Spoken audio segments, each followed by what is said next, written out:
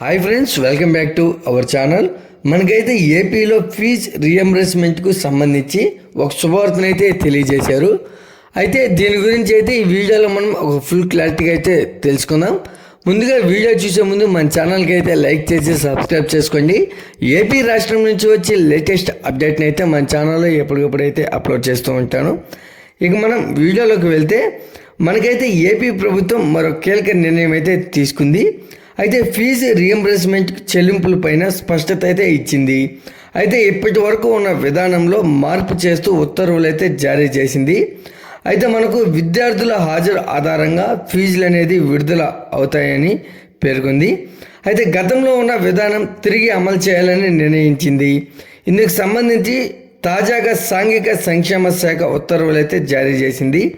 అయితే మార్గదర్శకాలను ప్రత్యేకంగా వెల్లడించున్నారు. మనం విద్యార్థుల ఫీజు రియంబర్స్మెంట్ పైన ప్రభుత్వం కీలక నిర్ణయం అయితే తీసుకుంది. అయితే ఫీజు రియంబర్స్మెంట్ గురించి ఎన్నికల ప్రచారంలో ఇచ్చిన హామీ మేరకు కొత్త విధానంలో ఇక చెల్లింపులు జరిగే ఇలా నిర్ణయం అయితే తీసుకుంది. అయితే ఈ విద్యా సంవత్సరం నుంచి ఫీజు రియంబర్స్మెంట్ కింద చెల్లించాల్సిన ఫీజులను నేరుగా కాలేజీల ఖాతాలకు జమ చేసే విధానం అమల్లోకి తెస్తూ ప్రభుత్వం అయితే తాజాగా ఉత్తర్వులు అయితే జారీ చేసింది. అయితే మనకు 2024-25 విద్యా సంవత్సరం నుంచి విద్యార్థులకు ఇచ్చే ఫీజులు ఎస్సీ విద్యార్థులు మినహా కాలేజీల ఖాతాల్లో జమ చేస్తున్నట్లు ఉత్తర్వుల్లో స్పష్టం చేసింది. అయితే ఇదే సమయంలో విద్యార్థుల హాజరు ఆధారంగా ఫీజులు విడుదల అవుతాయని అయితే ప్రభుత్వం స్పష్టత అయితే ఇచ్చింది. అయితే ఇక ఫీజు రియంబర్స్మెంట్ అమలుపైన త్వరలో మార్గదర్శకాలు అయితే విడుదల చేయాలని ప్రభుత్వం నిర్ణయించింది. గత ప్రభుత్వ హయాంలో అమలు చేసిన విధానం కారణంగా విద్యార్థుల పేరెంట్స్ ఇబ్బందులు పడ్డారని కూటమి నేతలు ఆరోపిస్తున్నారు. అయితే 2019కి ముందు ఫీజులను కాలేజీలకు జమ చేసే విధానం ఉండగా వైసీపీ ప్రభుత్వం అధికారంలోకి వచ్చిన తర్వాత మార్పు అయితే చేసింది. అయితే విద్యార్థుల తల్లిదండ్రుల ఖాతాలకు ఫీజులు ఇచ్చే విధానం అమల్లోకి తెచ్చింది.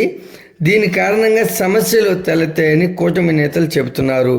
దీంతో కాలేజీ యాజమాన్యాలు పేరెంట్స్ పైన ఒత్తిడి తెచ్చి ముందుగానే ఫీజులు కట్టించుకున్నారు. ఇప్పుడు ప్రభుత్వం నేరుగా కాలేజీలకు జమ చేయాలని నిర్ణయంతో ఇక పేరెంట్స్ పైన ఒత్తిడి ఉండేది లేదని అయితే కూటమి నేతలు తెలియజేశారు. అయితే 2023-24 విద్యా సంవత్సరంలో 3 క్వార్టర్లు ఇప్పటికీ పెండింగ్లో ఉన్నట్లు అధికారులు చెబుతున్నారు.